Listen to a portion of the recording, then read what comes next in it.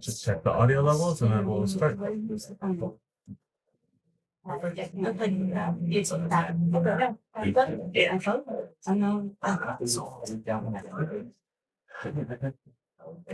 Yeah. Remind me of what? I saw. When I feel like I'm usually watching this good bunch of cool. Another. You can get hot chocolate with me. Oh, thank you. So close. Are you going to open sauce? Not right now. Yeah. Yeah, I'm gonna. The full video won't be out before then because I want to record full reactions. Yeah, so that'll be a lot more engaging than just like just friend looking down into it. The content now, that's really where it's at. Like YouTube and Instagram, they don't necessarily want you doing the project overview.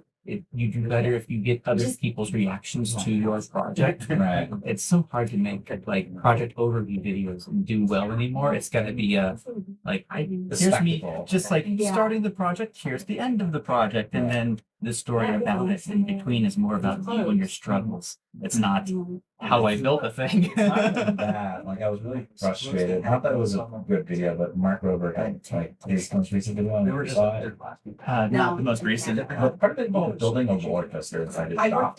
Well, it was perhaps 20 seconds of going from prototyping to it's just a roller coaster. Like, Yeah. No. I think they're mostly built for social media now, so like reels and stories. Yeah. Sure. My last two that are doing well on Instagram. One was 15 seconds, one's 25 seconds, and they both have over 10. Actually, One of them had 50. But it sucks because those are half-year-long builds and some of that stuff. And it's like, oh my god, this is condensed into 20 seconds. But that's how you get it out. And that's how you get work. And that's how you get work. I haven't done any YouTube post in forever just because short format content became easier and less stress. So Hi everyone. Sorry to interrupt conversations. I'll move this out of the way after. But hello and welcome again. In case you forgot, I'm Ben. Social media, makerspace, make things, make friends, yada yada. Tonight we have an awesome lineup of presenters. In order, it's going to be Hayden, who's going to talk about Universal Fan Fest and the role he played in the animatronics and creating that. Yeah, lots of Fan Fest shirts in the room tonight. Then we're going to have Savannah, who's going to do a presentation on the song 1,000 Miles and who it's really about. Then Savannah's presentations are always just top-notch presentation skills. Then we're gonna have a brief little intermission. People can stretch their legs. During the intermission, I highly recommend that you check out our new immersive game room.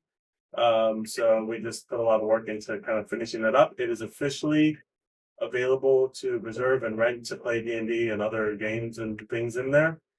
So check that out during intermission. After intermission will be Jacob Patrick, who's going to talk about creating the short animated film Spark. And then Jordan Kiefer, who's going to talk about the hypothetical themes. It's not a theme park, but themed area, mall attraction experience that she helped design. And then we'll wrap it up with Dustin and the puppet that he made. So it's hard to like give enough detail without spoiling things. So awesome. Just so everybody knows, again, we are live streaming. So hello to anybody on the live stream. But this is really about the people in the room. So if the live stream goes great. If it doesn't, that's okay. You don't have to pander to the camera. The people who are here are the people who are important because we're all meeting each other and interacting. That's what social media is all about. Throughout the night, if there's somebody you haven't met yet, meet them. Everybody in this room is super interesting. I guarantee it. So make a friend. Everybody in here has a name tag, and that's an invitation to go say hello. And you also have the ability to say, I'm not in the mood to talk right now, and that's okay too. I'm Ben. Forgot, that's not 3 times. Next one's on you. What's your name? It's up to you now. Cool. With that, welcome again, everybody. We do this once a month. First, it's usually the third Saturday of every month. And so, yeah.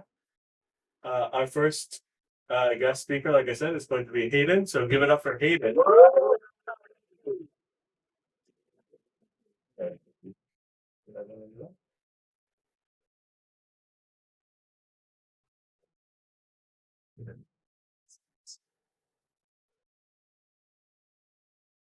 And Hayden's presentation will not be live streamed because it's all super secret, only for this room. Yeah. So please no pictures or videos of Hayden's presentation. Or photographic memories. Or photographs. Yeah, close your eyes. Yeah, I remember that. Somewhat. Hi, thank you for having me.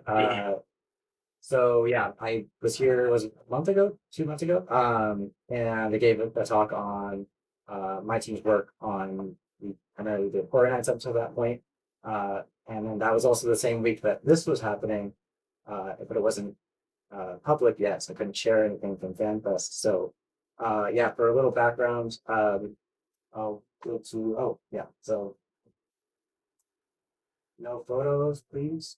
If you want over, we'll, if you want to save questions at the end, but otherwise you can jump in. This is my team. So for background, if you didn't attend the last one, my team is the Tech Services Mechanical Engineering team at University of Hollywood. So we typically take care of the park day in and day out. So if you visit the park, you want to make sure that the rides are both safe, reliable, all the animatronics are working, etc.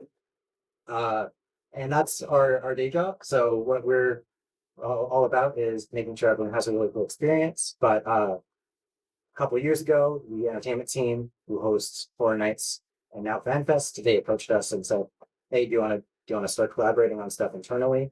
And we of course said yes. The greatest, and I wouldn't say it's the greatest mistake of all time, but it sucks up a lot of our time, and we're very happy that it does. But so yeah, this is my team. So I manage all of our engineers. So typically, we have about 5 engineers and 2 project engineers and 1 technician who actually can support us for these projects and for taking things apart in the park.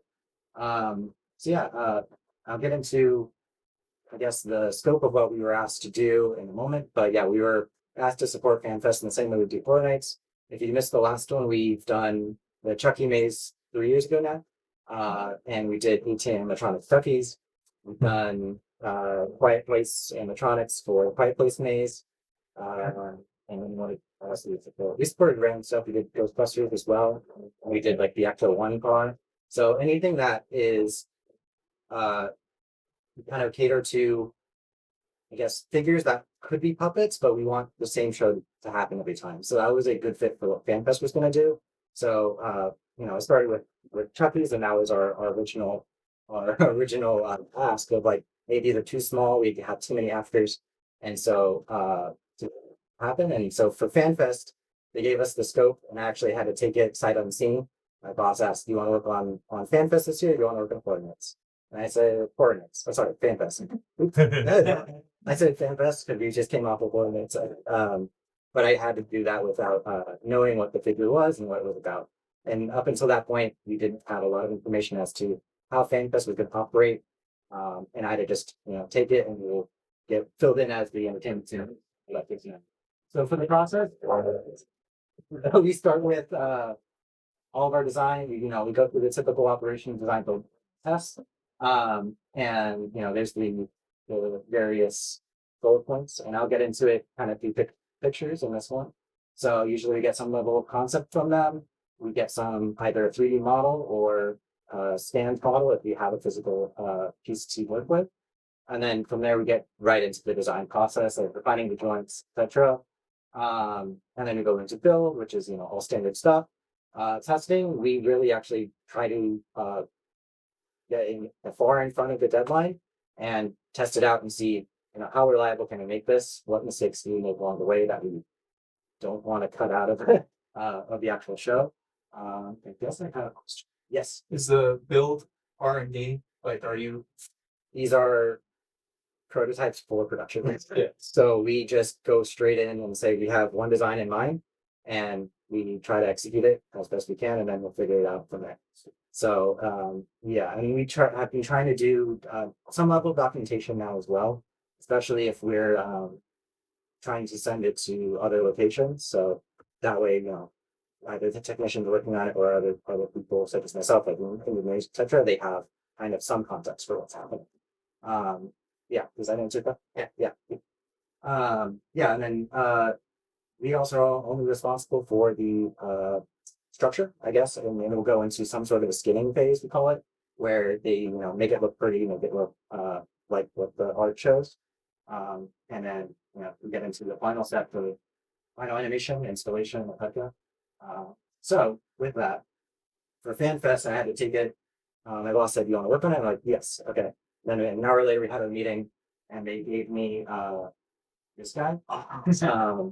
So if you don't know, this is a mimic from Dungeons and Dragons. I played D&D, but never run into a mimic. So this was the only art they had. So this is directly from I think one of the players' handbooks.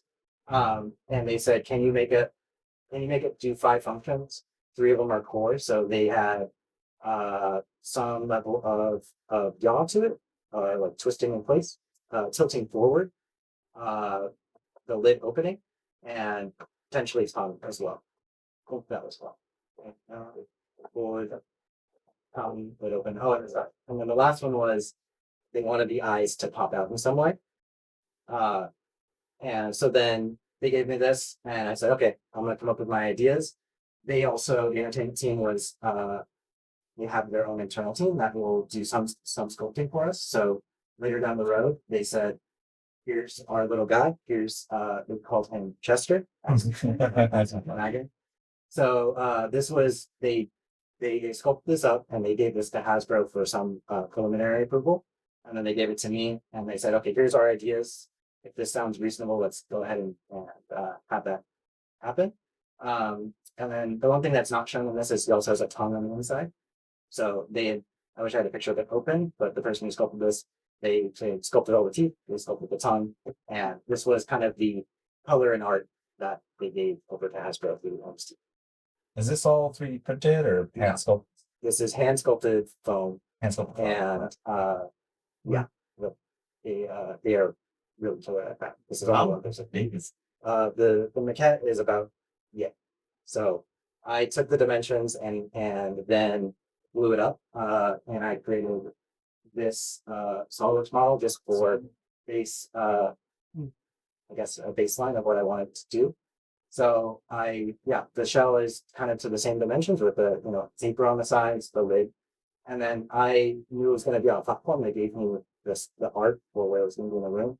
I said, "Okay, I actually do want a dimensional tongue. I want it to come out, and I have a platform. So what if I had it go into the platform and have more tongue and physically fit inside?" And then you can see a couple things in here. There's a pivot right here. That's actually the tongue center of the arc. And then on the very front, there's also a point at the front center. And that is where the line, I guess, going across is where it tilts forward. And then it rotates about that center point. So it's right at the front lip of the figure. So I gave this to them. I gave it some joint limits, and they said, "Okay, let's do it." The 3 core functions they wanted is the tilt forward, the lid opening, and then the eyes going. Sorry, I skipped a step there.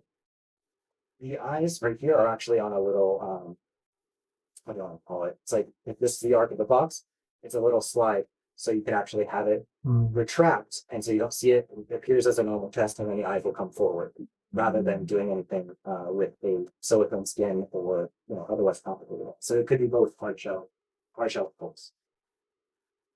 So yeah, then they bought off on this idea as well, and then I got straight into SolidWorks and actually making a structure for this guy. So that looks something like this, where it had air cylinder for the tilt forward. We had and then motors pretty much for everything else.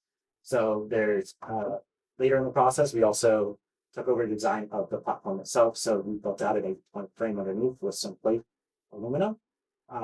And then we put a motor on underneath, and I created a custom sprocket on the right to have them turn left and right. And it's a chain drive through that. And then if you saw the presentation last time on the depth angles, I came up with with a rack and pinion, a curved rack and pinion for the depth angle heads that open up. And I kind of adapted that idea here and created a larger socket in the middle. And this is basically a chain profile that I've adapted into rather than making it a nice gear, this one will slip a little bit more, will be a little bit more compliant. And this is I would say it's a 40-inch part through the whole thing. And then, yeah, and then I guess I don't have a picture. Let's see, maybe eyes. I don't, but there's a motor also hidden here with the arm and a plate that rests right there for the eyes to ride. For most people, what was the choice for the air versus the motor? The motors are going to be a lot more expensive and you're getting less out of it. So we wanted just something. The scope I got, they said, we want this to attack the actor in the scene. So we said, okay, give us kind of a scary, almost a scary moment of we want this to like lunge at people basically. So air is probably the better way of doing that. We do that a lot for Horror Nights as well because it gives us, very stationary thing to something that moves really fast. So especially with I didn't really precisely know the weight of this guy. We're going to go with a beefy cylinder, and we can put a lot more energy into that than would be faster. I mean, the compressor and tank, how far away are they? They're not integrated in the stand, are they? They're not integrated in the stand. We had a tank so this is it if you've been to the event or if you've been to Horror Nights, it's in a sound stage. So we ran the air from the side of the room all the way over. Granted, they took more air for other effects. So I was happy with the speed, but it probably could have been a little more snappy if it was a little more local. So it's just like one large centralized tank going off to a bunch of little effects. Okay. Yeah, I want to say fewer effects that used it. This is the largest air user there though. So yeah, that was then the air cylinder too, it was a little bit, it was expensive. And I'm like, I need this though. This is it. Yeah, because the stroke was what thing here. I got some adjustability out of the 80/20 on one side, but at the end of the day, it's like I wanted it to travel 30 degrees. So I got to like 25. So it's pretty close. Did the cylinder vent on stage or did it vent off stage? It was venting kind of behind the stage. So it was just it's a double acting cylinder and it would just be off of the solenoid. So so wherever that control box was located, it was basically venting for that. So here's some more as well. So the platform we ended up building out with all this as well. This is approximately, I think this is a little bit shorter. I think there'll probably 5 changes more than this on the tip forward. And then lid open was a little bit limited. I'll show you the actual videos later as well of what the final design was. I wanted it to open more, but we were going to hit the facility anyways because I didn't really know where this was located. So I think the entertainment team was pretty forgiving and I was able to determine the exact placement of him. I wouldn't say I got my way, but I suggested some things to them and they were very responsive. So then the other thing that's not shown might be in someplace is there's a platform under or a plate underneath with some running wheels so you could turn left and right. So he's not just relying on that. So that was the initial design. Manufacturing, I took the side plates that I modeled here are actually tapered. So I had access to a 4-axis watershed. So I cut the taper actually into the side plates. And then the 80/20 could be cut at an angle and just drop a bolt straight through. One of the other engineers actually helped me sculpt in SolidWorks the butt for the tongue. So this was partially hard shell. So the front tip was a silicone, and then the rest of the tongue itself would be fabric with some silicone painted on it. So this was like the only hard portion, and we were able to mount this to the tongue structure later. We were able to do all this is done fabrication wise internally. We have a shop in Valencia, right like 5 minutes, 10 minutes from Magic Mountain, where we do all of our vehicle rehabs, but they have access to fabricate all those parts as well. So we use their time and we use our internal scope team, or actually just one person for this to do all the scanning of programs. Some more pictures. So there's some boxes. The boxes come together, both in terms of the platform and from the panel itself. And then the top of it, the top left picture is the lid, the bottom middle is the tongue. And I found these really cool, very tiny can followers on the master that were expensive, but but I said, this is part of the show. We need this. And yeah, also wanted to get for most of the paper here. Let's see. So then, yeah, we go to the next phase after we started assembly, which was scanning the structure. So these are reused. A lot of this stuff from entertainment. They know what they have and what they've built. So these are wood panels from Fortnite's houses that were done in the past. And they just cut them to length and put them on the side. And then you can see actually all the white on there is some sculpt material, super light. I think Smooth On makes it.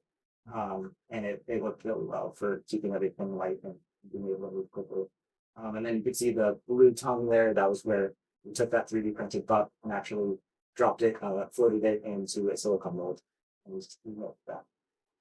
And we put some foam on the inside of the tongue as well to give it a little bit more structure besides the left, so it's not so dark. Yeah, so it's a lot of it is stuff you're never gonna see. So we actually didn't even skin the back panel; it was fully open. Yeah, and you can see also on the top, on the lid itself, you can see some foam pieces going in. So anytime you see metal banding, it's actually this painted foam. So we kept this as light as we could, get the most animation, because what happens with a lot of these figures, and it happens whether or not it's a real harp figure or if it's one of these temporary ones, is like you really don't know how heavy it's going to be at the end of the day, and a lot of it you're going to exceed the weight limit. So and then the same sculpting person also did the eyes custom, the teeth are. So installation, I think I put maze. It's not really a maze anymore. It was like Just curious, do you remember what the total weight of like the chest portion was? it was pretty heavy. It was like I was budgeting around 250. I think we netted almost 200. Okay. Not too bad, but yeah, you would take it off in pieces. We floated this guy several times in and out. So installation, we have our technician working on the tongue structure there in the ribbon process, but you can kind of see our made where we wanted to do some cycle testing, just make sure all the joints worked and hold up simple.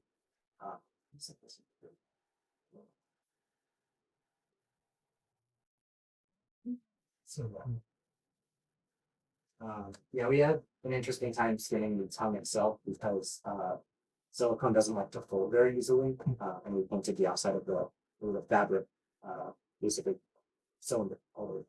So we had to do some trickery with that. Yeah, that was that.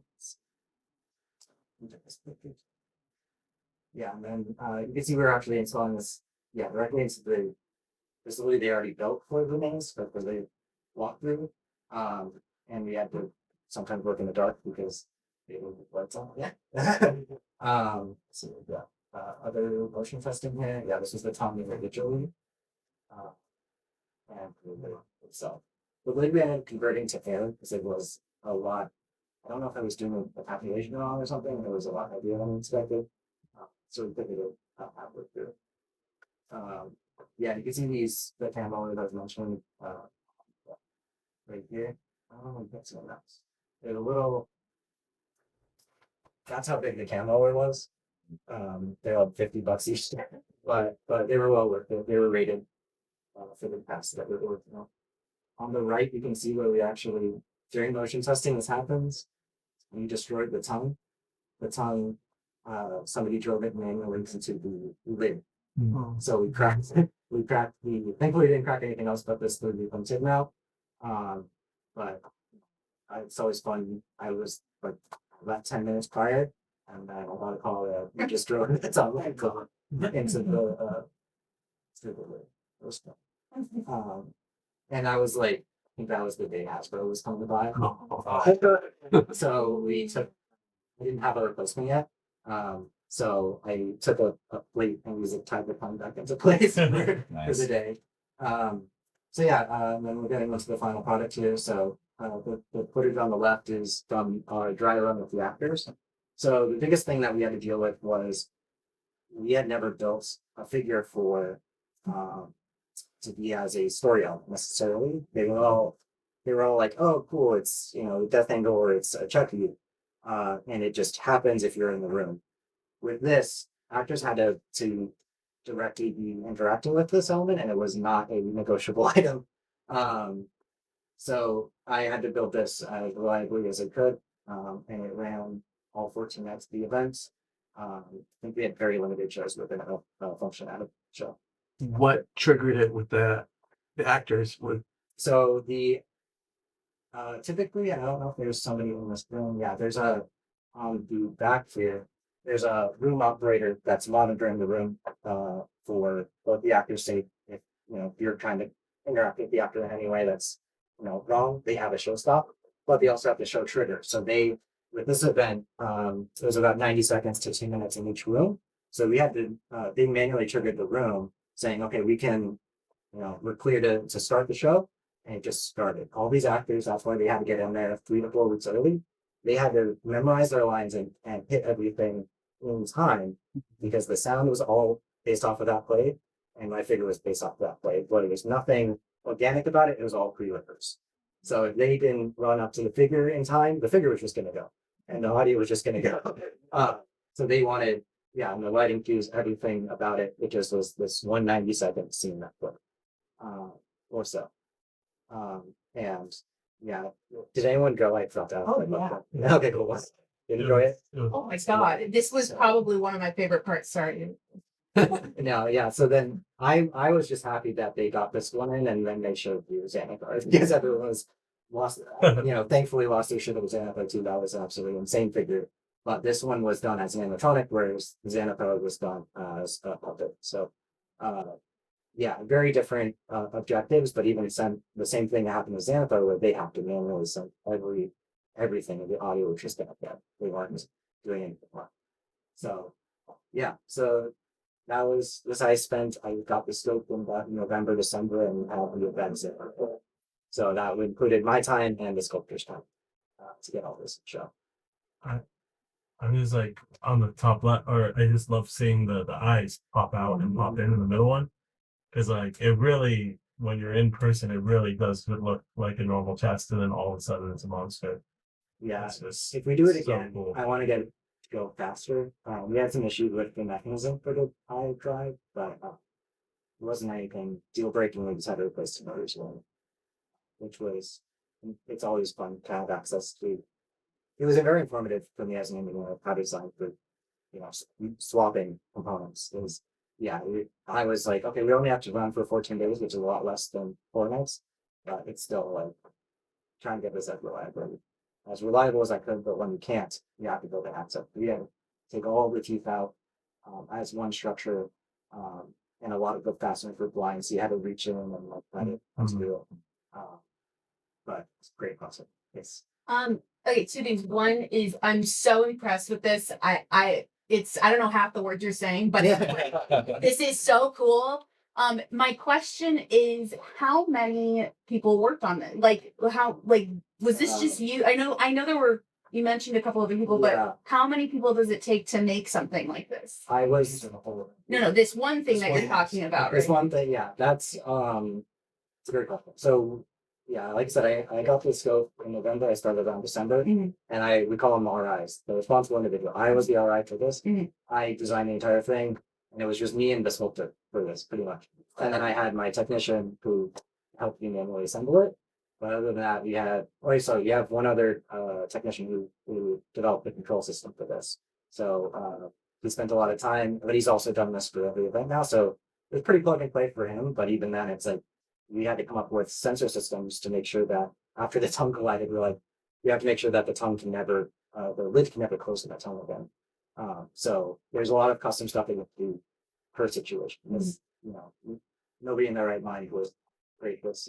You have to be able to. I guess this is kind of higher level, but in terms of like reliability, what's something that you tend to like you now avoid as like a component or feature because it's like too fragile or like we're trying to get better at it, but the best design principle is if you don't have to rely on sensors, like the tongue I just did because the tongue was always a plus feature of like, if you can get it working, that's a cool idea. Right. But what my boss suggested, and I think we're going to try to do if we have more time next time, is making the tongue linked to the lid, something like that. Oh, If you okay. can have it tied in some show element saying, okay, every time, kind of like I think a lot of basic McDonald's clothes or something will have like, if you open it up, something comes out. The, That's the basically it. Ghostbusters toilet thing with the tongue comes out, the real Ghostbusters toys.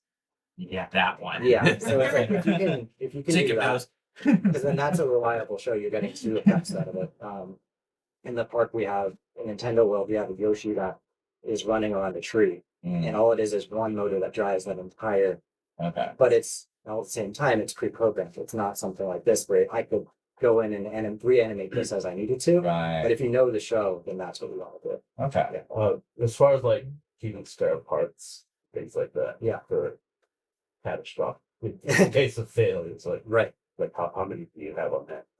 We usually buy one or two at a time of whatever we think is going to fail. So if it's a motor, we try to keep one or two in stock, and we try to kind of similar idea. We try to use the same motor in multiple places if we can, and that way you just know that you have ready stock.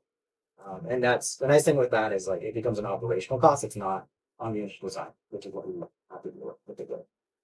So yeah, we didn't talk about budget this time, but yeah, this is what I spent a good month and a half full time on. So, yeah, that's it. I think we're out of time there. Yeah. Do you have any more? So I don't want to cut you off. Oh, Really I have more things to show. Oh yeah, that was also very cool. Yeah, because we were already done testing, or we were continuing to test and let the actors play with what they do. They asked me to do this last minute because they're like, our motors are dying and our assembly is in the shop. So I do this together in an hour. It did great. It In was person awesome. also. Yeah. But it was the perfect height because they Mhm. for the fire effect they had a trench that they Yeah. did, so it fit perfectly. It was yay. Yeah, it's couple holes in simple mouth that went. One last You're gonna see question. that spirit next to it for What's that? Spirit Halloween. We're definitely gonna have that. Oh, Yeah, that'd yeah. be see it, Beth? Oh, I just have one last question, which was, did you use Bartango for animating it? Yeah, so I mean, it was a simple box picture. I didn't even drop the solvers in. I was like, I'm just gonna build this in little boxes and just answer it that way. Yeah, that was the other thing is they just gave me an audio file of what the scene was gonna happen, and so I had to based off of the sounds. And Wow. That's so and then I looked at their creative lead for this walkthrough. so you were doing the animation yourself as well. So, yeah, Oh, that's awesome. yeah, yeah, and then they came up with like other options too of like, hey, if the tongue or eyes are at a show, do we want to create these shows for it? Of like, it's probably just gonna happen as Yeah. long as it lurches at the actress that's interacting with them. Then I think it's a well-delivered show. Awesome. Yes, Well, it's fun. thank you. If there's any more questions for him. If there's any more questions for Hayden, it's very nice. I'm sure he'd be happy to answer during the intermission or afterwards. But thank you. That was Thank you. awesome. Yeah. If you want to learn how to build it's much simpler than that. Look to Electronics Club every Thursday. We do Electronics Club. We use Botango a lot. That's why I get excited every time Hayden says Botango. That's like the animation software that lets you it lets you animate animatronics the same way you would animate like a video. So that's really fun. But yeah, thank you, Aiden. That was awesome. Because I had never been to I'd never been to the Horror Nights before. But this one I actually got to see in person, so it was very cool to see it here too. Cool. Up next, we have Savannah. I don't know if everyone else is last name, but we have Savannah. And she's gonna tell us about 1,000 Miles. Give it up for Savannah.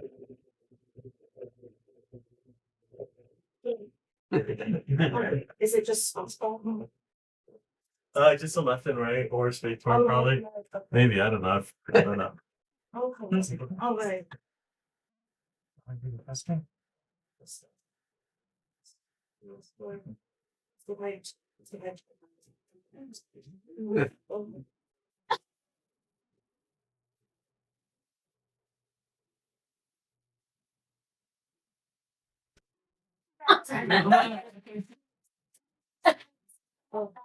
Anyway, yeah, so hi, my name is Savannah. Hi. I am always I think I texted at work, but it has the title of it, but you don't need it doesn't matter. I am the I guess certified goofology person for show and tell because every time we have like lovely presenters like Hayden go up and then I do this and I just goof off and tell you about something I spent way too much time on. That's the guy. It's like the whole process. It's exactly, thank you. Just like Hayden's word, this is also government trade secret. But yes, it should say right here, it should say a case study, Who 1,000 Miles by Vanessa Carlton is really about. And of course, everybody knows this song. Uh-oh, they're out of order. What? They're out of order. No. How about that? We can hit escape and you can click for it. It's escape it. Oh, okay. Let me get out of here. I'm so sorry. Oh, no, that's okay. Is it in reverse order or it's just completely randomized? I think it's completely randomized. Oh my but god. that's okay. But that's okay. That's okay. I just did improv. import slides. We improv, girl. We improv, girl. All right. Here. I'm gonna just move these out of the way so you can see as little of the thumbnail as possible because these are these are very secret. Okay. So that's fine. Everyone can kind of see that. So yes, I spent way too much time. There we go. I spent way too much time looking into this song. And yeah, let's see. There we go. Okay, so a little bit of background. You didn't say anything. You didn't say anything. You know this song. Everyone knows this song. If it were up to me and the Voyager went out in 2002, I would put this on the golden disc. This song, including this GIF of Cherry 30s, because I feel like if you're gonna know Earth, you should know Vanessa Carlton. And so the question the question is definitely not what is this song. The question is why am I doing this? Why are you doing this?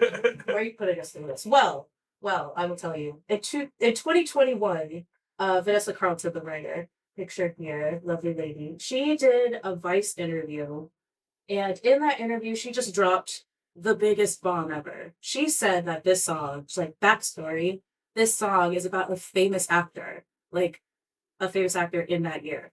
And I feel like that is just a mystery waiting to be solved. And it was 2022 when I did this work. And so I was like, well, it's up to me now. I felt chosen, and I feel like we will understand why it felt like I was supposed to be the prophet. And also I love white chicks. I really enjoyed that movie and I love the song. And I had nothing better to do during this experience.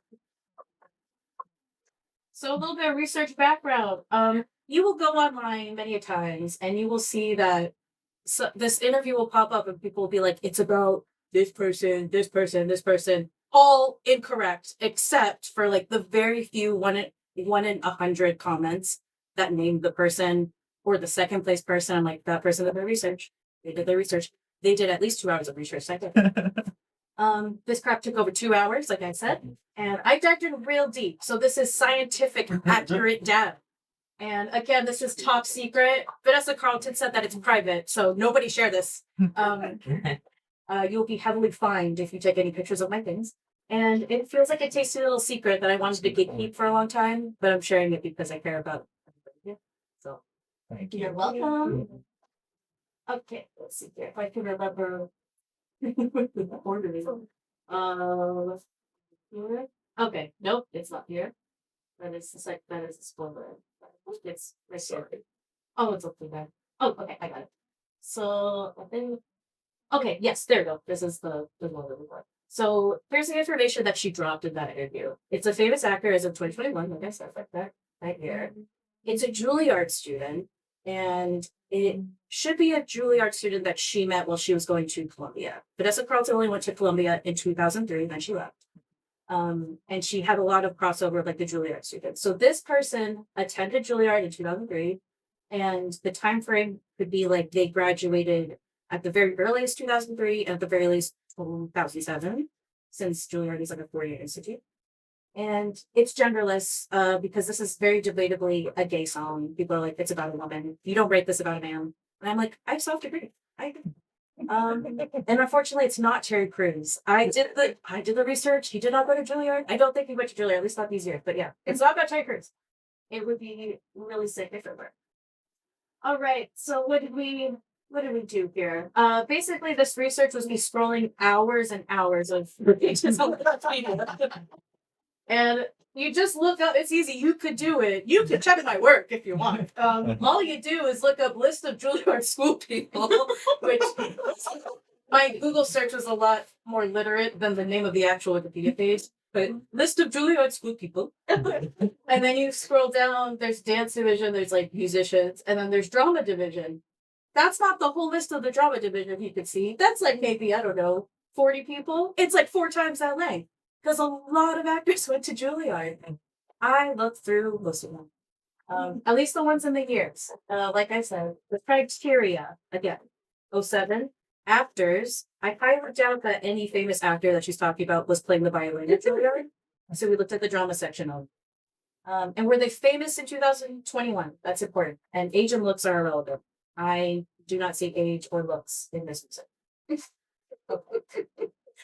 With that in mind, let's get into who we think it is. Now, you don't need the footage of me scrolling through Wikipedia. This is the work there. So we have ranked three levels. We have low likelihood, medium, and high likelihood. And then the number one person that is in my head, the actual result. I won't go through all these people, but it's just, these people are here on a technicality. They're the, okay. These are like, there's a director in there. There's someone that's just not in anything. There's someone that was in one Hallmark movie, but that's just not the vibe we're going for. So I feel like these people are here just for the sake of the study being as truthful as possible. Doing your due diligence. I'm doing my due diligence. Thank you. All right, but you can look at this later on my phone. Next up, we have medium likelihood. So it's possible. It's possible. It's just 3. We have this lady named Martina Glesley. I know no idea how to pronounce her name. I'm so sorry. But she has a lot going on and she's beautiful. So I feel like that constitutes a medium likelihood. This lady named Jess Wexler, who is the best friend of Jessica Chastain, that's a pretty good thing to have on your resume. I don't think this song is about the woman who started Teeth, though. The movie about teeth where she has teeth on her. Oh, I don't think that is what 1,000 Miles the most romantic song of the century is about. And then this guy named Seth Numrich. No.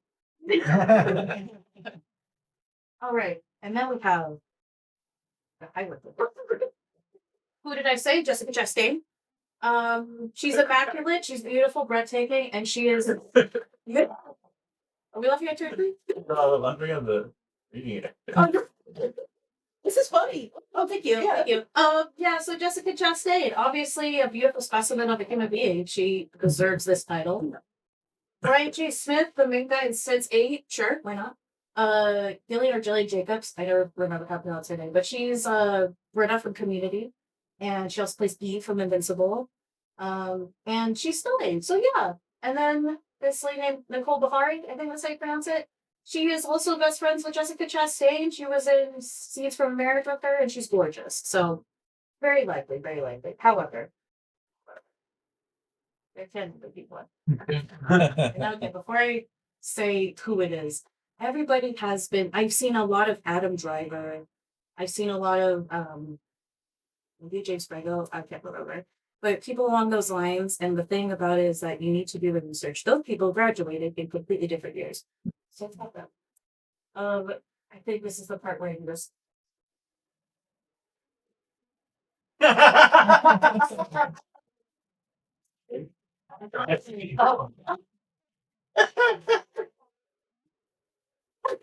It's Oscar Isaac.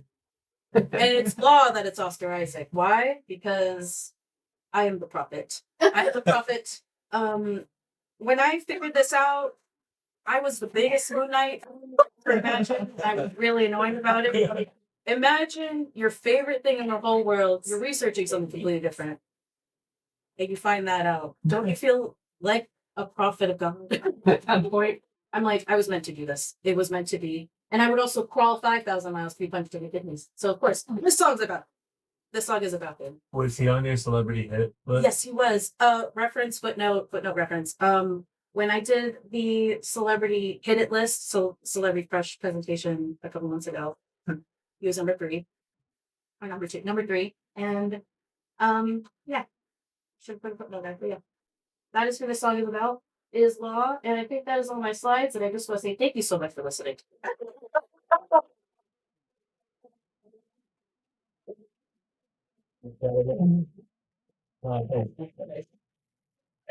That is incredible. It's time. With that, I think we all need some time to process that. So we're gonna Savannah, take. please make video essays. Right? Yeah. Well, again, the goal, right? The goal of social media and the goal of show and tell is to take the things that normally you would only be able to see on YouTube and give them a place to be here. So like make video essays, that's cool, but it's also great that we all got to witness that live. And yeah, so with that, the next step is we're gonna have before we go to intermission, just a couple reminders. So up next at Social Medium, next week we have Maker Melee. Maker Melee is a super fun program we do once a month. It's always the first Saturday of every month. And it is like a crafting competition. So if you've seen like Great British Bake Off, that kind of thing, it's like that, but with crafting instead of baking. And it's all very silly. It's not about who can make the best things so much as like who makes the most creative out there thing. Very, very fun. We film it, we put it on YouTube. We have one up so far and another one I'm almost done editing that will go up this week. So check that out. I'm gonna give us just like 5 minutes to stretch our legs. If you want water, there's water there next to the fridge. There's cups and there's like a little thing to put the cup against and then water comes out. And then there's also the bathroom there. I know that's not what you wanted. In the back room at the workshop, which I recommend everybody check out if you haven't been here, the green door is the bathroom. So if you need the bathroom, now's a good time. And then this brown door here leads you to our D&D immersive room. Not quite on par with what Hayden showed everybody, but we're getting there. So take a look at that room. It's really fun, and it's going to be available to rent and use for private parties and stuff too. So this starting like tomorrow. So yeah, check it out. And again, now also if you don't need to do any of those things, and you're just sitting at your table, try to find somebody with a different icon than you and introduce yourself. Or just anybody you haven't talked to tonight and introduce yourself. Cool. Your time starts now. 5 minutes. Oh yeah. Yeah,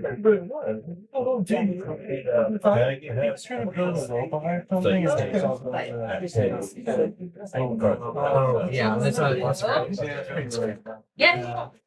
I build a robot and I take it apart and I build another robot out of it. I never end up having a robot last a long period because I just harvest things. So there's really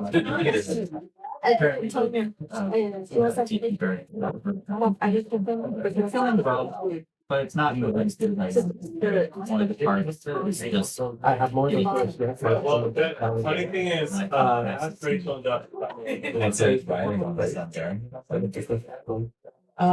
Currently it is You're gonna walk over there.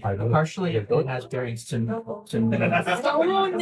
has left and right. Yeah. It has a bearing response check. So that part can move. Talk about. The part that is the servo driven cable is kind of for offbeat that. And so what I'm having an issue with is He shows a headache now. the head comes down and it's kind of on the ball joint. She's gonna hate my conversation otherwise. And then the central shaft. Hello. Then Hello. let's just get stuff in the car. No, I was on live stream. Thank you. No. What's that? The central shaft can so I kind of have like a post coming off of it. So the cable it allows but then I also need the head pull. So it's kind of a potentiality as well. That is what's giving me grief because it needs to be able to on a post, spin, but then also lift up and down. So the best I can do is that's just good stuff. So that's what's bearing. And spin freely, and it also stays stationary. Page, and I was like, It's a bit of a conundrum. I've got it to work. Not great. My current thought is that it looks insane. And I need something that can come out of it. Like Destiny this. So Jacob. that way, Yeah, but I it's one watched that it. could Oh, I like, have a the back question. end to I have have some this questions. part Oh, pushed up like and I down. said, it's for the people. And then that way, there's room. Gotta be here to ask questions. It stays. You still have, But still has. so you have some. So I'm just just If we want, we have shafts, then we have, Well, there's no servo inside the body, so it's just a shaft. So this room, just getting it to be able to function off of the cable coming up from essentially this bottom part of every motion. Plus, there's cables for the head to top, there's cables for the body to lift and lower. Oh, yeah. it's a good thing. About this size. Both, of course. Yeah, that's bird size. But we do have, Which was operating. Great. Okay. Yeah. Bye, guys. So you can see. Hi, Mark. Bye. Thank you so much for your service. Yeah. When are you back to school? Early August. Okay. Let me enjoy the summer. I guess so. That's one of the cables changed. Wait, I'm so confused. We're using the Lego connectors as like just mechanical. They're just holding the cable in place. Oh, okay. I'm like, wait a minute. They're not. There's no electric power. Yeah, okay. Part of that.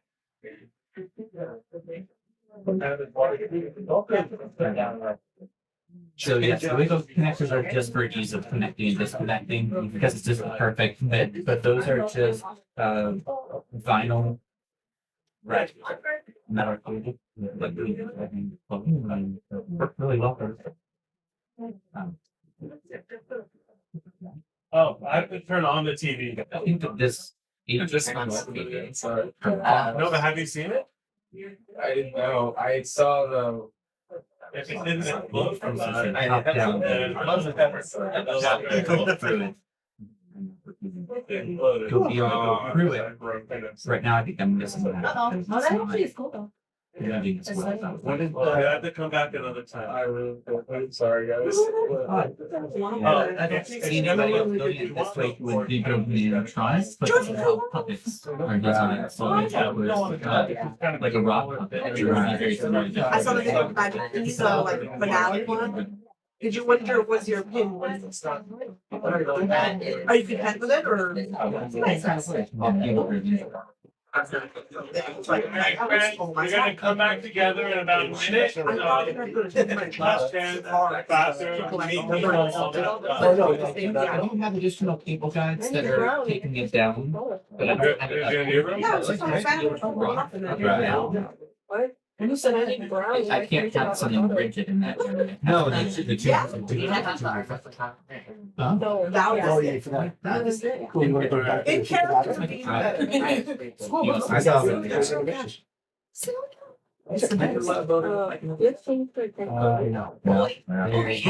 For what? Or I could pay with card. What do you buy? Oh, Yeah. don't worry. I like it. So inside. Can you grab the new one already? Is where all the servos are contained. So I need So what I was saying is I was having issues with some of it. You want the chicken finger or the? Box and all the servos. But it's not spicy. But some of the servos, the way that all of the cables are coming up through the central shaft, so like basically that's where it's a central shaft that I have, and all of the servo motors are connected to cables, and the cables are driving the motions, right? But because it's all cable driven, some of them are not having the force to be able to move the thing the way that I want it to move. I thought it was. So the only trouble I'm having is that I need the head to be able to spin, and then also it have it. And then you fill it back. that I use, and they will take a DC. Did you hear that story? Like, Wilbur's?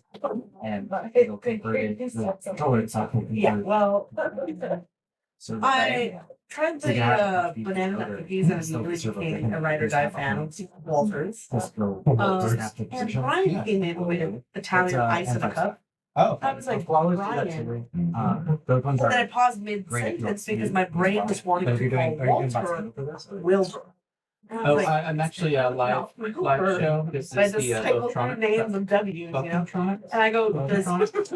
Adafruit has Walter, the no, Dark you're Knight eating uses some house ice cream. their framework for their And Brian's like, too, it's from. but it's often I signed. was like, oh, Copy I don't fight for that. Adafruit. And that was the day I learned that Walter now I'm sorry, they're are they- gluten free so those are- and yeah, these are reefs. vegan. So those are good because they're both like particular clients But that hold on, want I some was talking about about, Wilbur. Kiki Bird wants He was to like, hear it I've on been brand going or to hear it. it moving. Oh, So that's what they budget to do those, but Yeah. the only problem with that, but it Wilbur needs to be is small, I now- don't wanna.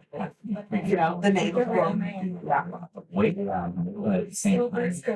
Yeah, I the think bread it's just the way cracker that I have it. We're driving by on set, Christmas not getting in his smooth hometown. enough motion. And we have like another Christmas decorations up and we passed by a house that had a bunch of. Yeah, so I think I might gingerbread end up men. doing something Oh, more. you guys, did you try the bread? Oh, we bought like 4 Has a of them. pivot. Of It's what? good. So We we're bought head two, next we bought off like of two regulars, Okay. two a connecting rod. of the wildflower ones. Then I might be able to get more motion out of it. No, that's my By adding. And olive, and we also got the forgot. Now, Of God. That was the best thing I've ever had in my life. It's such with the a. cable coming down. The good was just the fugaz without the onions. The It's better to just get a fugaz, The yeah. guys, I'll just get and eat a whole loaf of bread. Oh, we did, that's what we had So for yeah, it's just breakfast, the yeah. cable. I say I just the said whole it. thing, Oh, look. plus an additional cable. It's like that's a doing flat it. I'm so Yeah. glad you Yeah, guys but went. still. It's so Yeah. rare that we get to share the joy of like. Everybody there talked about what you talked about, and like everybody was freaking out. I'm glad we went on Friday because apparently. That's my worry is that Because it'll just people make like to it go that I last minute, told like, you we back have to to the go, it's the, cause it's Friday through Sunday or Yeah, Friday through they're only Monday. open on the weekend. Oh, I did not realize Yeah, that. it's Friday, Oh, okay. Saturday, Sunday. I thought it was That's Monday. true. It's up the street. No, I think it's 4. Oh, you're on It's a Friday. Monday. There you go. Shop in town. All right, friends, we're gonna regather. So if you can find your seats. And up next, we have, also I see people already doing it on most tables, but just so that everybody has explicit permission, please draw on the table. It's a lot of fun and then help share with people and it's fun. Yeah. Yeah. Cool. Up next, we have Jacob Patrick. He's spoken here at least once, but he's been around. He's been part of our community for almost since we opened. And I'm really excited. He's talked about being an Imagineer before, but today he's going to talk about a different project, which is an animated short film that he helped create. And so give it up for Jacob.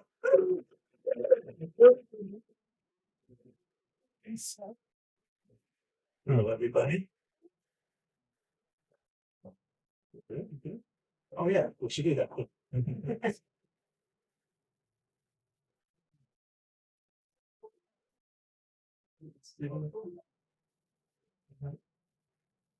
There we go.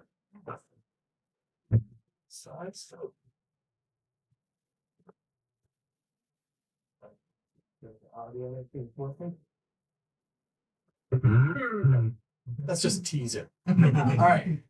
So that is the short film music video that we're going to show in a moment. But before then, I'm going to tell you a little bit about how it came to be. So my background is character animation for about 20 years in movies, games, TV, commercials, all these different things. And as you do that for so long, you have friends and they know what you do. And I go with one friend to this concert of somebody else. They know that they've been going to the concert for a while. Times go by, and now the musician from that concert puts on his Facebook, hey, anybody know who Animated is? So our mutual friend says, hey, I have a friend, Pedro.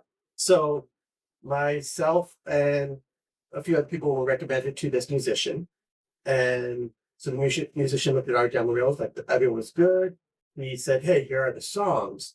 What ideas do you guys have for this? I would submitted ideas. He said, all those ideas are great. And then I mentioned one that about how about a firefly that doesn't light up? And he's just like, that's perfect. That like out of all the other ones, that's the one. But that I said, was that crying? no, I don't think so. Although, well, they say fireflies are going away, so I've heard that. That's so we can all do something to help keep the fireflies. Maybe make this into a movie so people can know about fireflies and love them. But we'll talk about that too. So, I like how on Hayden's presentation and what happened here, how you guys say like things go wrong and then you pivot and you have to adjust. So the story of making this short film music video definitely has some of that in it. So in creating this, so basically he decided that I'll make the short film. And I had a company with a friend in Florida, Eric Roberts, that did some of the modeling you'll see. It's crazy. Side tangent. We started a company. We've worked on lots of things together before we had ever met in person. We were sharing a bank account. We never met in person. Eventually, when I went out to Florida for work, we actually met for the first time. It was great. so. What year is this? Was that what year? Yeah. That relationship with him started in like 2006. But when did we start creating this? That's pretty impressive to not meet in person back then. Yes. Yeah. I don't have the exact date when we started working on this. I could probably go back to emails and find it. I feel like it, not quite 2010, let's see. We'll say 2015. So on that note, I'll mention we finished this probably like 2017, but we just released it to the public. And so now I'm jumping ahead for a moment, but that's because we had this animated music video, and once we created it, everyone's like, you should make that into a movie. And so they're like, okay, let's try and make it into a movie. So we got together with another a comedian, another person in the industry, and started writing a full-length screenplay. We meet every single week, we work on it. And so we worked on it for years to get to that point. While we're hanging on to this short film, we're just holding on it. We're not releasing it yet. We put it into a film festival, so it got into a few film festivals, but not going public yet. Part of the reason we felt like it's almost a lose-lose situation, because if you put it out there and it doesn't get millions of views, they're going to say like, nobody wants this. We're not going to make it. Okay, I'm still jumping ahead, but at one point we had half the funding to make.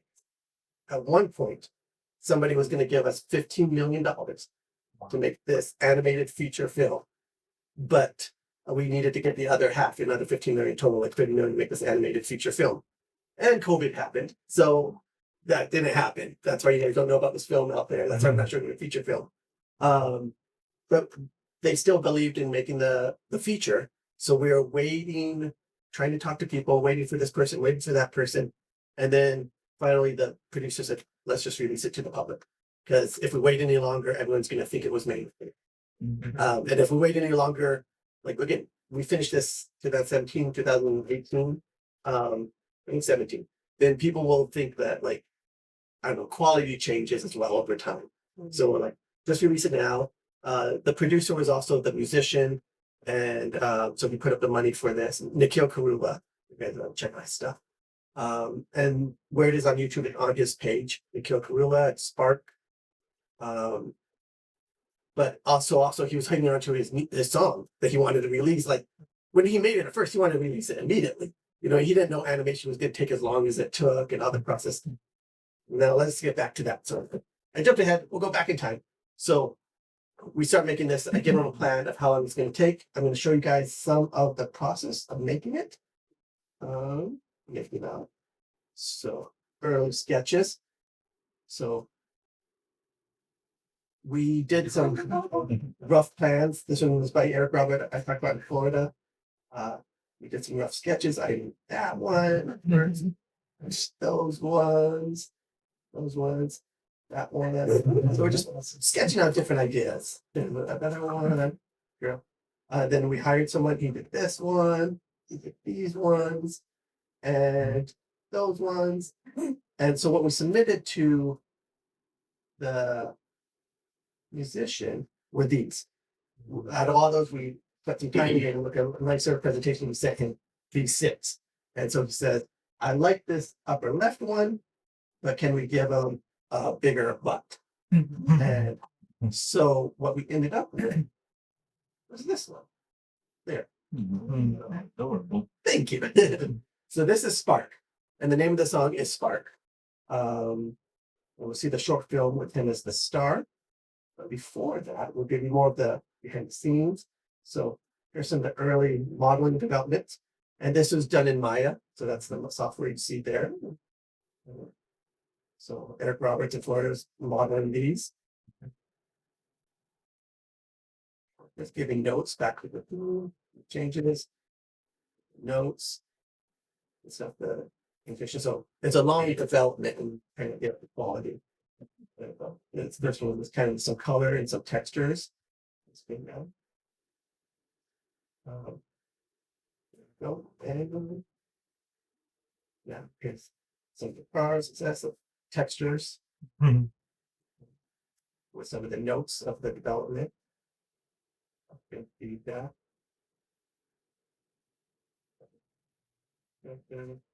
Else. If you guys want me to go slower, go back to them, I can. But I realize I'm probably going bad. How long was that, like that series that like the notes and the feedback and going back and forth, like before you actually started animating stuff? How long did it?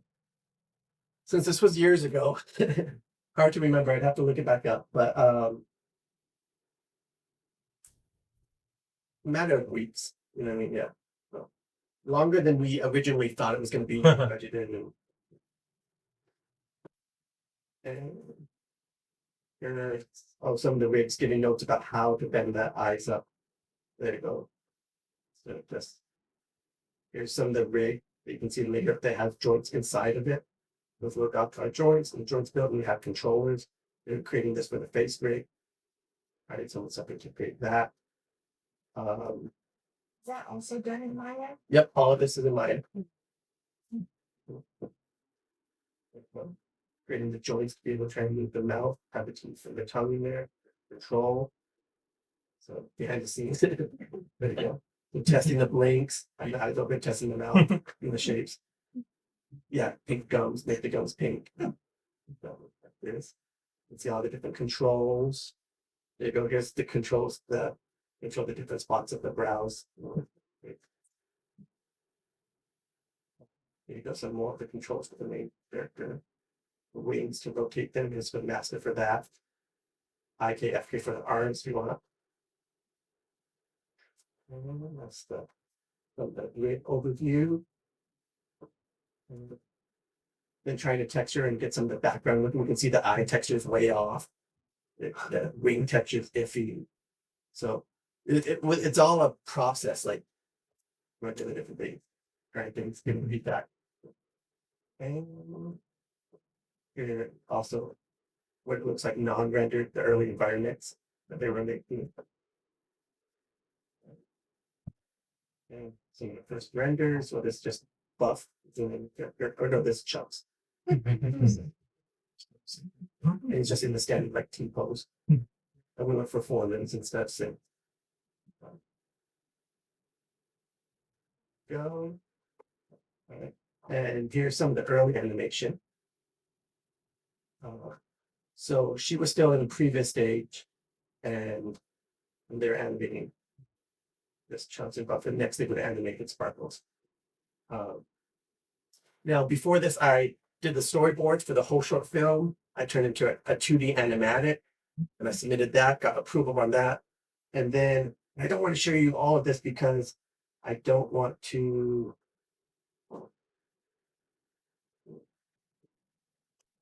I don't want to like take away everything from the actual short. So maybe I'll show this afterward though. It's so big. So this is the previs. So I did previs of the entire thing. I first did the 2D animatic, 2D storyboard, so the 2D animatic. They did the whole thing in previs, and we hired a team in India to work on this because we did a different project before. We tried to hire people in the US and we try to hire, like, give an opportunity to students, give opportunity to other people. We try to hire this for previous projects. And whenever we did that with something just low of a budget, they would quit. They would not finish. They would not turn things on time. But we worked with this team in India and they were on it and they got things done as needed and the quality we needed. So here is previs, and you'll see this in the, so here's a little teaser. You'll see this in the short, and then afterwards, if we want to show the previs, we can do that. But talk about twists and turns. As we were creating this, we were working on it for a while, and again, the musician, the producer, is like shocked that it's taking so long because we're like, oh, hey, we got something to show you. We're real excited. Here we go. And he's expecting to see like 30-second clip. And it's like 2 animations, like 2 seconds or 4 seconds each. And he's like, that's it. And then he got used to it. That animation takes some time and we're doing it. But we're developing this. It's going along well. We're probably more than halfway done with it. And I have one contact that I'm talking to, Rakesh Kumar in India. And he's my main contact. He has a team. Anything else goes through him. And so we're working with him and everything's going great. And then all of a sudden, radio silence, zero, nothing. Like, and we have some of these things we started here. We have, the model, we have some of the rigs, but otherwise all the work they did, they had those files. We had no reason to get those files back. We're still working on it, developing, but nothing. So we spent probably over a year on this, spent half the budget. And so all that time, the money, if we don't have any of the materials, we're not getting anything back. What happened? And now this is the worst part of the whole story.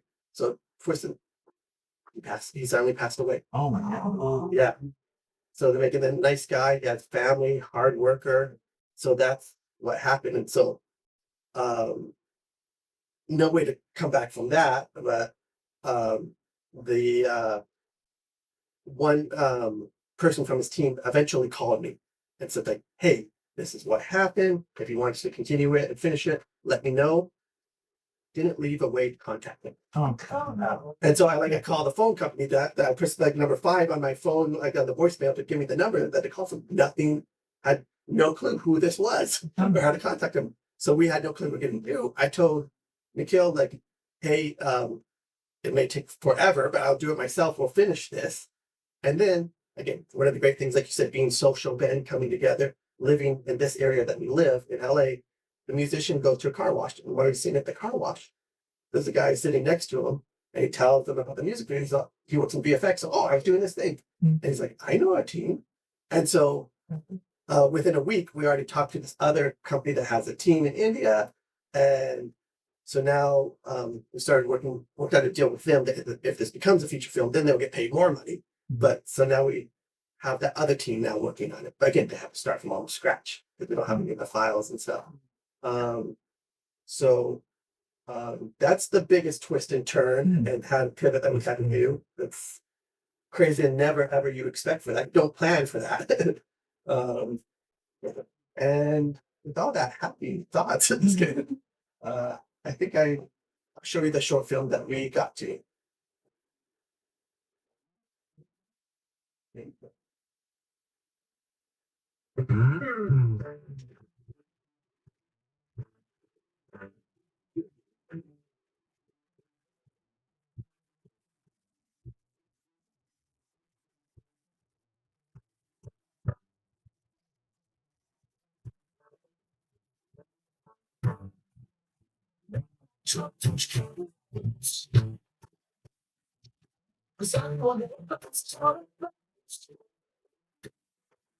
And then I can see him just a face in the crowd. Don't slow down.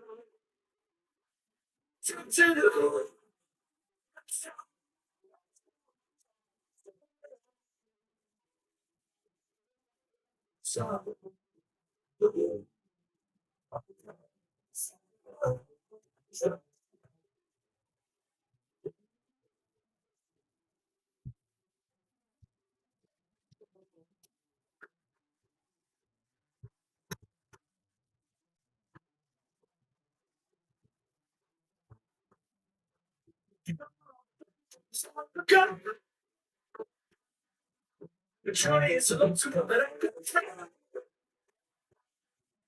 But only I can see the possibility of making another possibility.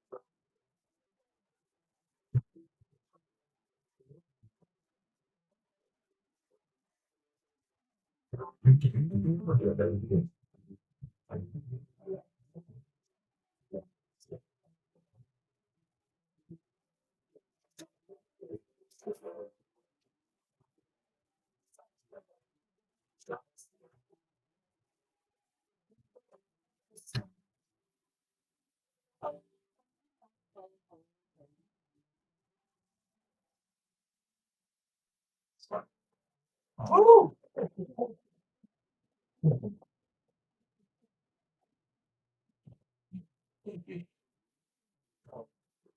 Okay. And so in the credits, even though none of their that's the VFX supervisor that was at the car wash. Even though none of the here's the actual team we ended up going with. And what's that? No, sorry.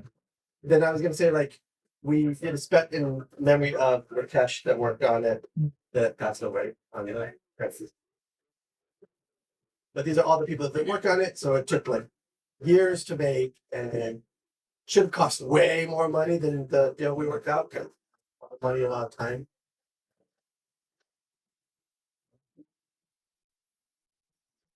Is the person is the person in the video, the non-Firefly person, is that based off of anyone in particular? No, to me it looks like Leno.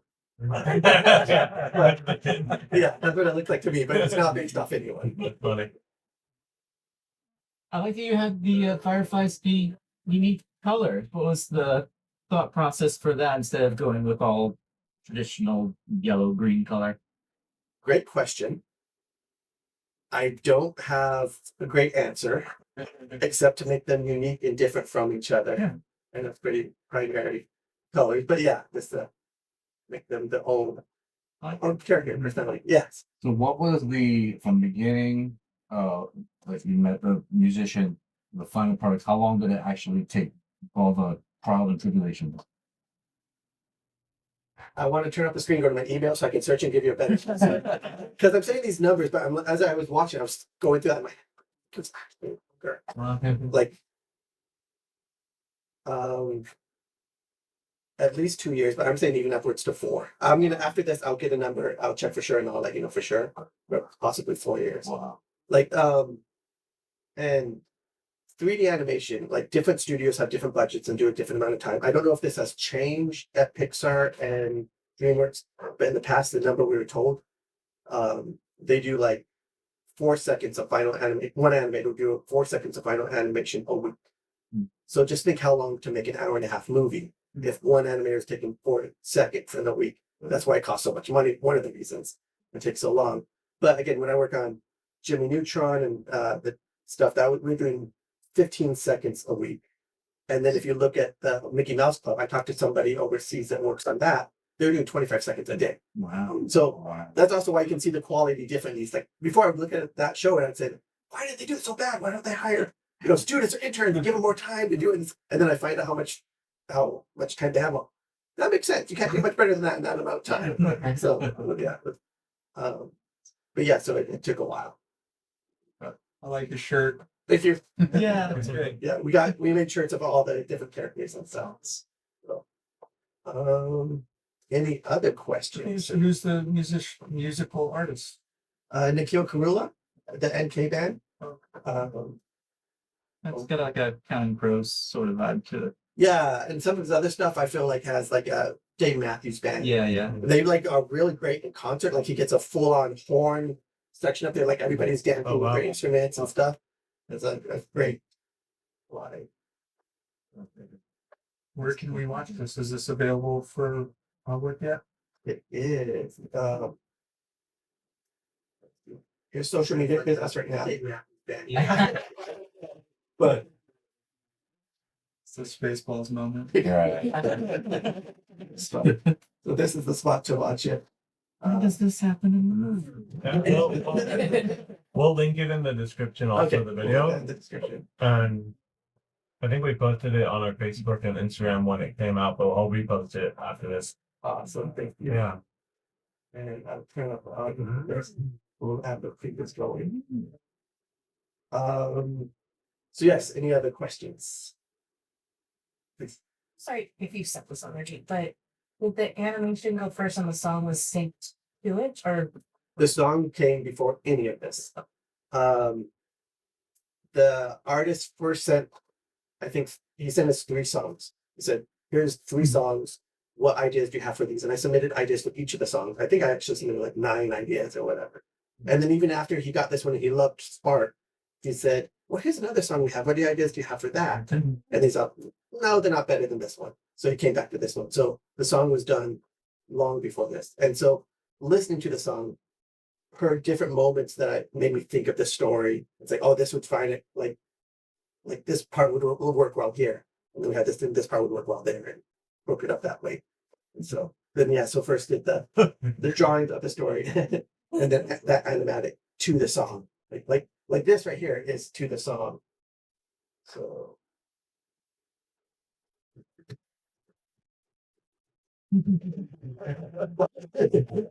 we're just trying to get the storytelling and be the concept of a big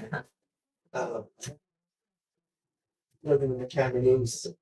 Like again, for the environment, it's just spheres, with just plains, with trees.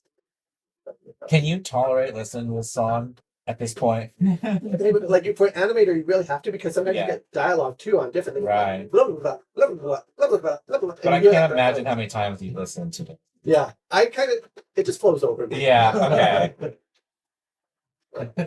How did we come up with the idea of the Fireflies? I've always been fascinated with fireflies. In high school, I was saying how I wanted to. I knew I wanted to do computer animation in high school, and I even made my own characters of bugs at that time. And then Pixar was making bugs like, come on, just too late. I'm like, I should be working on that movie. And even with my style is a similar style to theirs, even the characters I made before that came out. But now no one will believe that. They're like, no, you just copied. I see. So always liked fireflies. Funny thing, while making this, before I made this, I had never seen one in real life. I was wondering that too, because there's not some in Southern California No. or even in Orlando, Yeah. in Florida area. Yeah. So, but I have since seen it. Like with visiting family in Michigan, I saw them. And so it was awesome, and I caught one and had one and stuff. But yeah, so that was just a free rate that was available too. Yeah, I love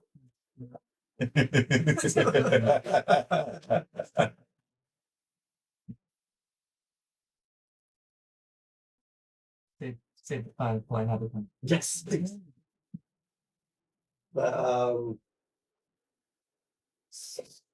so Firefly. So I think that was just always there in my mind. And I think when Spark, when you think Spark, you think of a light or something shiny. So that I think just the two in my mind, it clicked. Like okay. You said it could have potentially been a feature film. Yeah. What would have been like the plot comment? What should I give away? I don't have the pitch Bible right here that we presented. Here are some. So we have one that looks better than this. But this image I have just roughs of different possible characters on. We'll call him Team Light, call him Team Dark. But in this one, he does light up. But in the future, we're going to kind of really have him not light up in that way. There is like a twist in the story, so I wouldn't want to give that away. But basically, the Fireflies are all afraid of the dark, and it's the dark is like a creature or being an entity or whatever, and so all this stuff's going bad, and they're blaming it on the dark. And again, this was kind of years ago that we finished, so I'm trying to recall it. But I think a bunch of them or a team of them go after that, after the dark, or to rescue some people, and then they get caught. And so now Spark and his team are going after there to save Sparkles and everything else. And then the twists and turns happen there. Yeah. Any more questions? Is the feature still in development or not? We still would like it to be.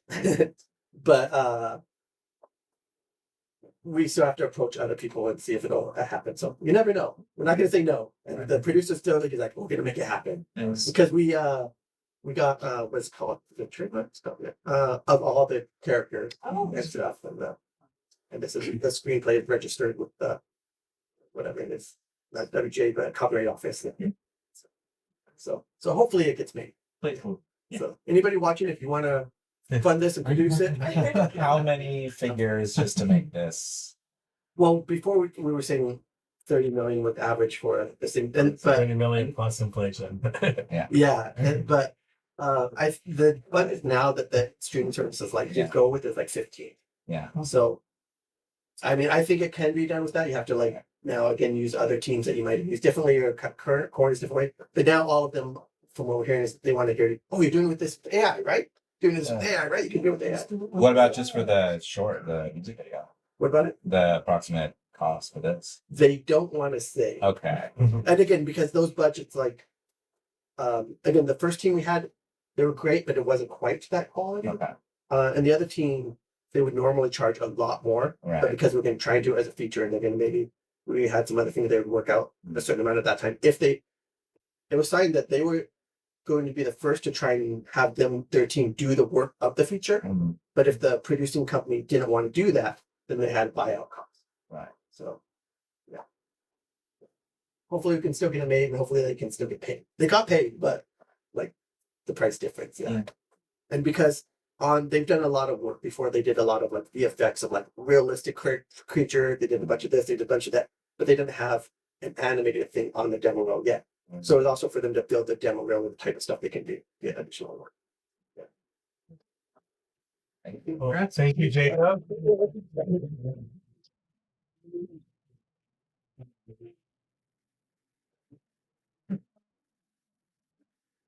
Again, we'll put links to that because it's a great video and the song is stuck in my head.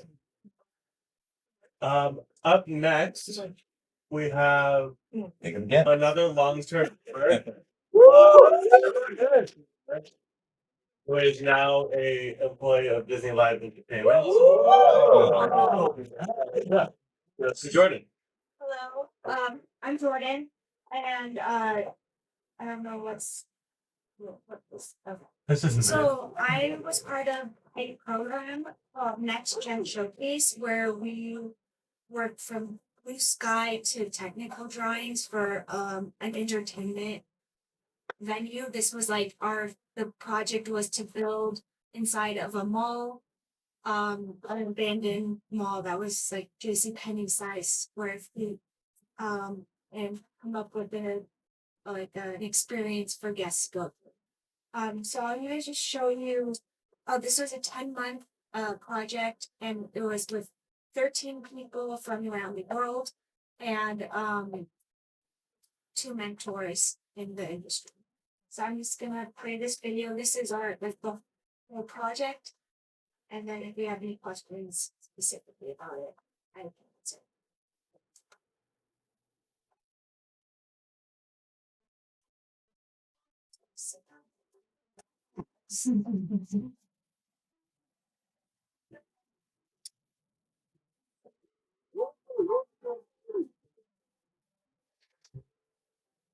Welcome to the Library of Secrets, an all-new location-based entertainment concept created by Glow Creative Studio for the Springfield Town Center in Fairfax, Virginia. In this immersive literary experience, patrons don't just read books and stories, they get to step inside of them to help make sure each narrative reaches its own happy ending. Visitors to the Library of Secrets will check in at the front desk, where they will be directed to a kiosk that introduces them to the library and prints off their own personalized library cards. These cards feature RFID technology. They'll be used throughout the experience, tracking guest progress as they use their cards to activate touchpoints and allow them to interact with the library's many secrets and surprises. The first of these that guests encounter is the talking animatronic books, called tomes.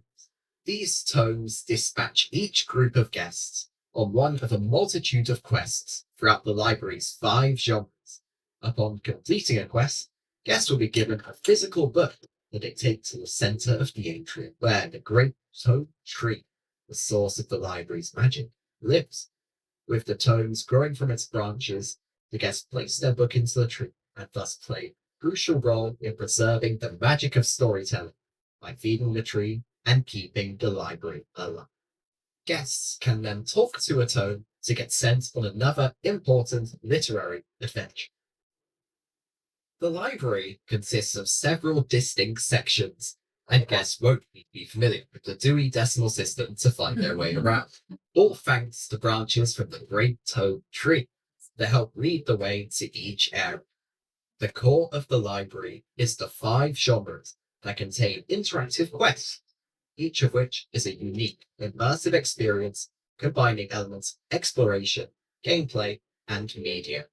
In this most magical of libraries, guests will meet dragons, elves, and wizards in the fantasy genre,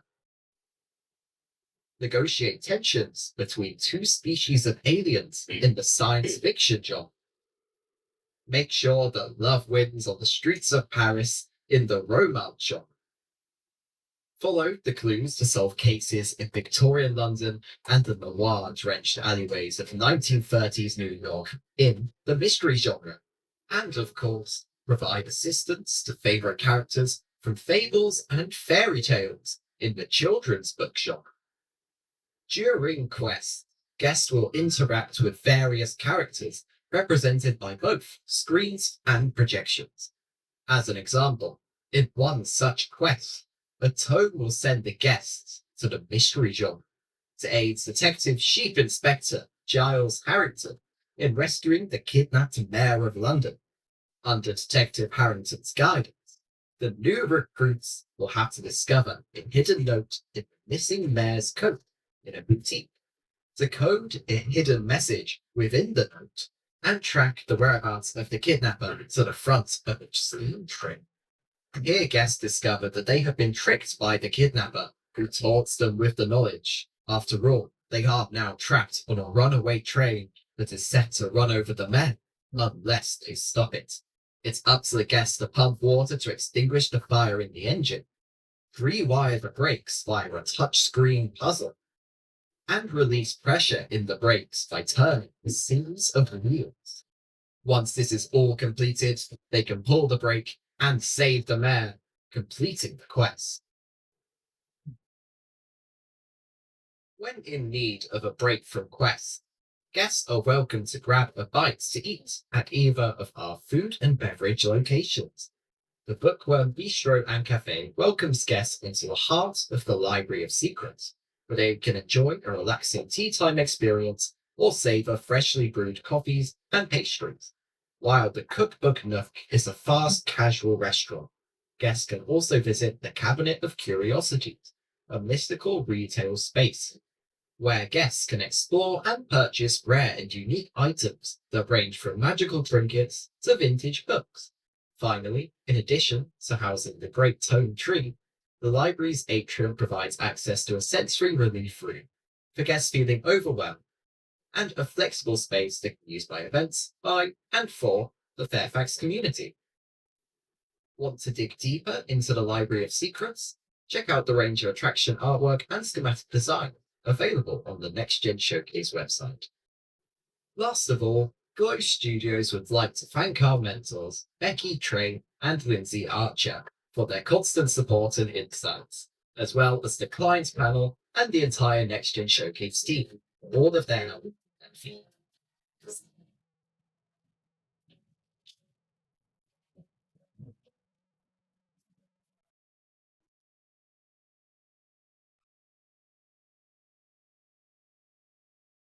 So that's the project that I was working on for 10 months. I went on the creative team. I did a lot of like the graphics, so like the logo.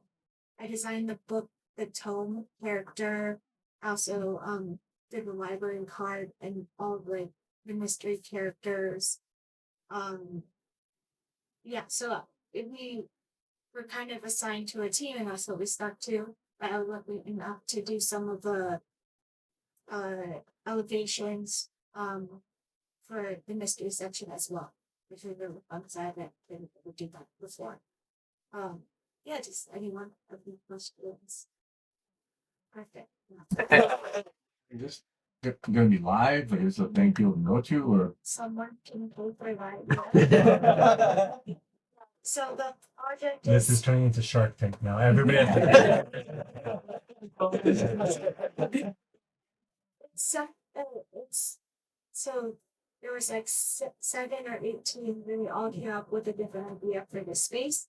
There's no winner where you get it built or anything like that. It's just we got to just go through a process of what it's like to design one of these spaces, which is not unless you are an Imagineer or Universal Creative or Hello or whoever else does this gets to do that. So this gives us the like normal people the opportunity to go through that as well. What were the main constraints? Like, what did you have to? So we were constrained to the space in the mall. We couldn't build outside. We had to have like a private room, which was something very foreign to the European groups from teammates, which I found really surprising. There was a budget, but they kind of let that one go. The space also had to be like interchangeable, like the scenes had to be like interchangeable. So what we did was a lot of it's screen based. So like our characters will live in a space, but they will be all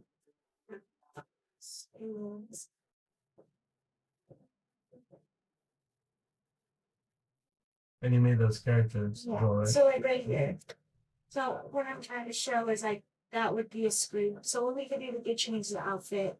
We could make the outside look snowy if there was a window.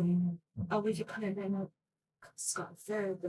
That was ideas that we're going to be using media to change the looks and feels of the different locations throughout the space. So that was another like not restriction, but one of the things that we had to meet. We also had to include dining and a store. So like we should have storage for those places. Since we have a lot of like electronic stuff, like how is it going to fit into the space? Is it realistic? Like a little projector, and then all the wiring to do the show control be able to work. And yeah, so that was a big part of it as well. And obviously, like some things like the tome figure, like that wouldn't be a realistic thing to do. You don't want to leave it in and try it out for people to touch. So it's like that type of stuff obviously wouldn't happen in real life, but like it was still like the concept was there. Still, we talked about doing like Pepper's Ghost and having actually in a bookshelf and kind of it that way, but the team made it up with that design. I'm curious about how collaboration went in this project. Was it mostly like being assigned a task, doing it, and bringing it back to the team, or was there like what kind of collaboration was all in? We had like the instruction, we had like the product manager, and then we had like creative lead, and we had a story lead, and then a technical lead. And so like they assigned us projects, but like we being something that we none of us actually done in real life, were like allowed to like say, oh, I have this idea, I have that idea. And it was very collaborative, like you have to be in this type of situation. Especially because like there's so much information and content being created all at once that if you're not like collaborating, then you will get lost. And happened a lot with me. I was like the one on the latest time zone. So like I was up while they were falling asleep. So like I missed stuff, like I couldn't make it to the meetings. So like, and they weren't good at writing in the Discord.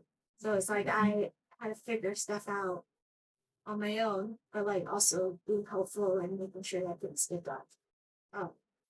Which it all worked out. It's amazing people on this team. Got to go to Europe and travel and went to a bunch of amusement parks with them. So yeah. What is something from the mentors that threw a wrench in everything or helped guide you guys in the right direction? I think they were very helpful. A lot of them time they couldn't like make it into a meeting because they were working like Lizzie Archer was amazing architect, and she was actually building like the Clippers new stadium, like not the whole thing, she was building like the whole store, like designing the whole store at that time, and like she was on site and stuff like that. So it was like this her time was really valuable, but like also she helped us a lot. Yeah, Becky was awesome. She's also working on animation. She worked on the Wish Dragon.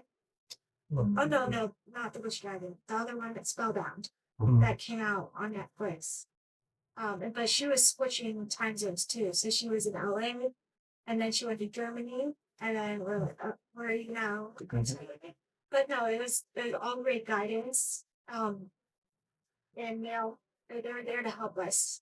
So they didn't like throw. It was more the people that were running the program that would surprise us, like, oh no, we have to add this thing last minute, because there was a board, so like they had that we like did a presentation to, who would give us notes after we turned in each step, and that was really cool because then it was like professionals, like presidents of like the president of Toto and Imagineers were all looking at our work and giving us notes and how we improve and get better. Or, like the story isn't working there, we don't understand will this be a physical thing, and people don't know like how much money is it going to be to have a live actor versus just a production type of thing.